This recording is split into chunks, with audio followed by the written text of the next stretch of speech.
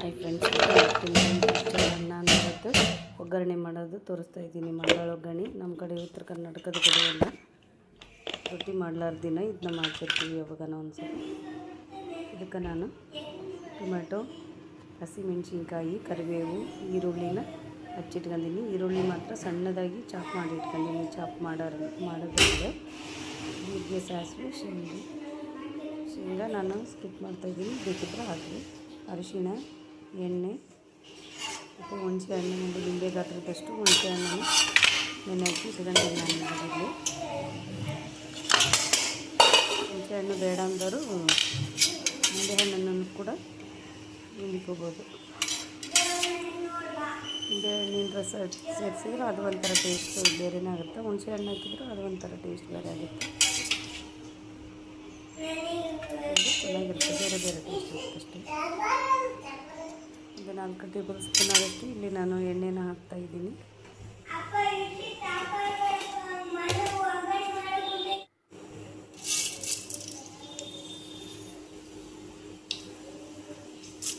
ಎಣ್ಣೆ ಚೆನ್ನಾಗಿ ಬಿಸಿ ಆದಮೇಲೆ ಜೀರಿಗೆ, ಸಾಸಿವೆ ಹಾಕಿ ಅದೆಲ್ಲ ಜೊತೆ ಬಿಸಿ ಜೀರಿಗೆ ಸಾಸಿವೆ ಎಲ್ಲ ಚೆನ್ನಾಗಿ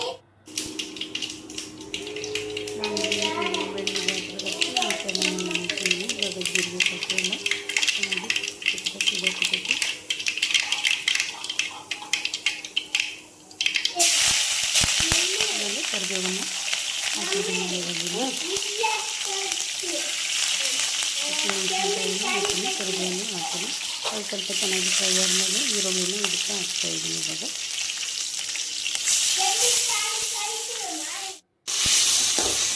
ಈರುಳ್ಳಿ ಹಾಕ್ಕೊಂಡಿದ್ದಲ್ಲ, ಅದು ಚಾಪರ್ ಚಾಪ್ ಮಾಡ್ಕೊಂಡಿದ್ದೆ. ಅದಕ್ಕೆ ಅಷ್ಟು ಸಣ್ಣಗಾಗಿ ಬಂದಿತ್ತು ಈರುಳ್ಳಿ. ಹಾಕಿಲ್ಲರೆ ಇಲ್ಲ ಈರುಳ್ಳಿ ಕಟ್ ಮಾಡಿದ್ರೆ ಸ್ವಲ್ಪ ದೊಡ್ಡದು.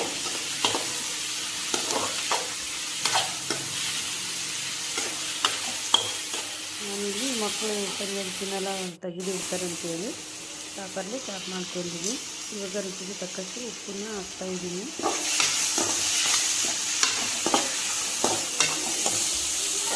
ಫ್ರೈ ಮಾಡಿದ್ರೆ ಚೆನ್ನಾಗಿರುತ್ತೆ. ನಮ್ಮ ಕಡೆ ಎಲ್ಲ ಮಾಡ್ತಾರೆ. ಇದ್ವಿ ನಮ್ಮ ಕಡೆ ಮಂಡಾಳು ಅಂತ ಹೇಳ್ತೀವಿ. ಬೇರೆ ಕೆಲವೊಂದು ಕಡೆ ಪುರಿ ಅಂತ ಹೇಳ್ತಾರೆ, ಪುರಿ ಅಂತೇಳಿ. ಅರಿಶಿನ ಹಾಕಿದ್ದೀನಿ. ಇದಕ್ಕೆ ಅರ್ಧ ಚಮಚದಷ್ಟು ಅರಿಶಿನ ಹಾಕಿದ್ದೀನಿ. ಅರಿಶಿನ ಮತ್ತು ಉಪ್ಪು ಹಾಕೋದ್ರಿಂದ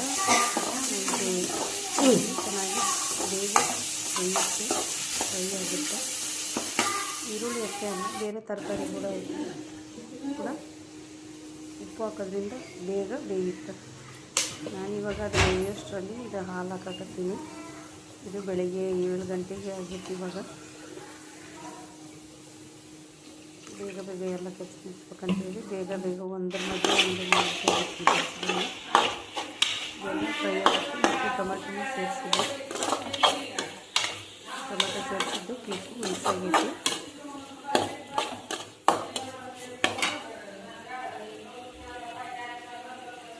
ಇದಕ್ಕೆ ನೀವು ಮಸಾಲೆ ಇದು MTR ಮಸಾಲೆ ಹಾಕ್ತೀರಿ, ಯಾವ್ದಾರ ಮಸಾಲೆಗಳು ಹಾಕ್ತೀರಿ ಅಂದರೆ ಸ್ಪೈಸಸ್ ಇದು ಗರಂ ಮಸಾಲ ಅಂತ ಎಲ್ಲ ಹಾಕಿದ್ರೆ ಚೆನ್ನಾಗಿರಲ್ಲ. ಇದ್ರ ಜೊತೆ ಮಂಡಾಳ ಒಗ್ಗರಣೆ ಜೊತೆಗೆ ಮಿಕ್ಸಿ ಮಾಡಿದ್ರೆ ಸೂಪರಾಗಿರುತ್ತೆ. ನಮ್ಮ ಕಡೆ ಎಲ್ಲ ಮಾಡ್ತಾರೆ. ಯಾರನ್ನ ಬೀಗರು ಎಲ್ಲ ನೆಂಟರು ಯಾರನ್ನ ಬಂದಾಗ ಮಂಡಾಳ ಒಗ್ಗರಣೆ ಜೊತೆ ಮಿಕ್ಸಿನ ಮಾಡ್ತಾರೆ. ಇದಕ್ಕಂದ್ರೆ ಯೂಸ್ ಮಾಡಲ್ಲ. ನಾಷ್ಟ ಮಾಡಬೇಕಂದ್ರೆ ಯಾರು ಬೀಗರು ಬಂದಾಗ ಇದನ್ನೇ ಮಾಡೋದು ಅಂತೇಳಿ ಚೆನ್ನಾಗಿರ್ತದೆ. ನಾನು ನೋಡಿರಿ ಹೇಗೆ ಬಂದಿದೆ ಅಂತೇಳಿ ಸ್ನಾಕ್ ಮಾಡಿ ತಿಳಿಸಿರಿ. ನಾನಿಲ್ಲಿ ಹುಣಸೆ ರಸನ ಸೇರಿಸ್ತಾಯಿದ್ದೀನಿ.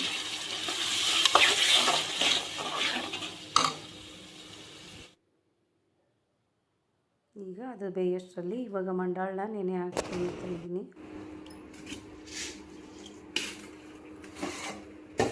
ಮಂಡಾಳಿಗೆ ಇವಾಗ ನೀರು ಹಾಕ್ತಾಯಿದ್ದೀನಿ.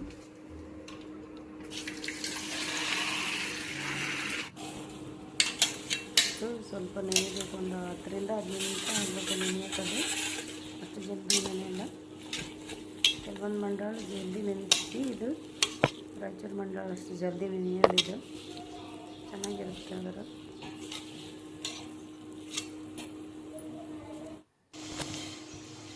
ಕಡೆ ಅದು ನಿಮ್ಮ ಮಂಡಾಳ ನೆನೆಯೋಷ್ಟರಲ್ಲಿ ನಾನು ಬೆಲ್ಲ ಹಾಕಕತ್ತೀನಿ. ಇವಾಗ ಚಹಾ ಮಾಡ್ಬೇಕಂತೇಳಿ ಚಾಕ್ ಇಟ್ಟಿದ್ದೆ.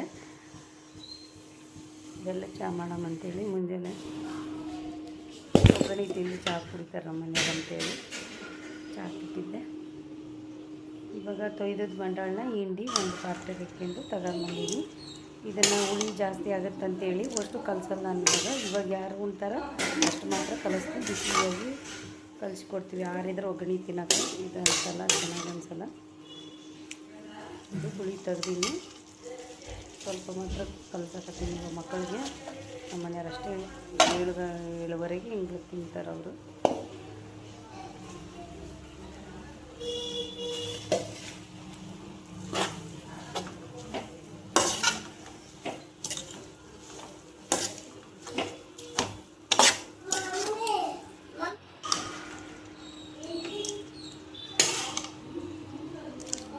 ಕ್ಲಿಪ್ಪು 2ನೇ ಸಲ ಬಂದೈತಿ. ಫುಲ್ ತೆಗಿಯೋದು ಕ್ಲಿಪ್ಪು 2ನೇ ಸಲನೂ ಬಂದೈತಿ.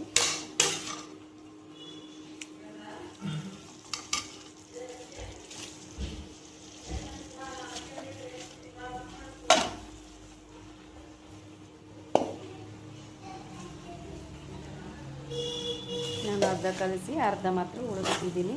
ಅರ್ಧ ಆಮೇಲೆ ಕಲಿಸಿದ್ರೆ ಅಂತೇಳಿ ಹುಳಿ ತೆಗೆದಿದ್ನೆಲ್ಲ. ಇವಾಗ ಇದನ್ನು ಚೆನ್ನಾಗಿ ಒಂದು ಕೆಳಗೆ ಉಳಿಯುವಷ್ಟು ಸೇರಿಸಿ ಈ ಥರ ಮಾಡಬೇಕು. ನಾನಿಲ್ಲಿ ಒಂದು 4 ಟೇಬಲ್ ಸ್ಪೂನ್ ಹಾಕ್ತಾಯಿದ್ದೀನಿ. ಹುಡುಗಡಲೆ ಹಿಟ್ಟು ಇದೆ.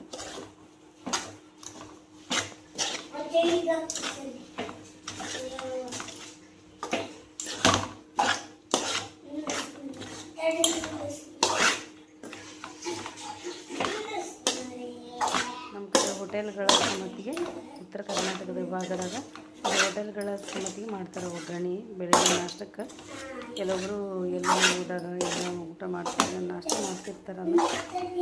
ಒಗ್ಗರಣೆ ಇಡ್ಲಿ ಜೊತೆಗೆ ಒಗ್ಗರಣೆ ಇರುತ್ತೆ ನಾಷ್ಟ ಕೂಡ ಹೋಟೆಲ್ಗಳಾಗ. ಚೆನ್ನಾಗಿರುತ್ತೆ, ಟ್ರೈ ಮಾಡಿ ಎಲ್ಲರೂ.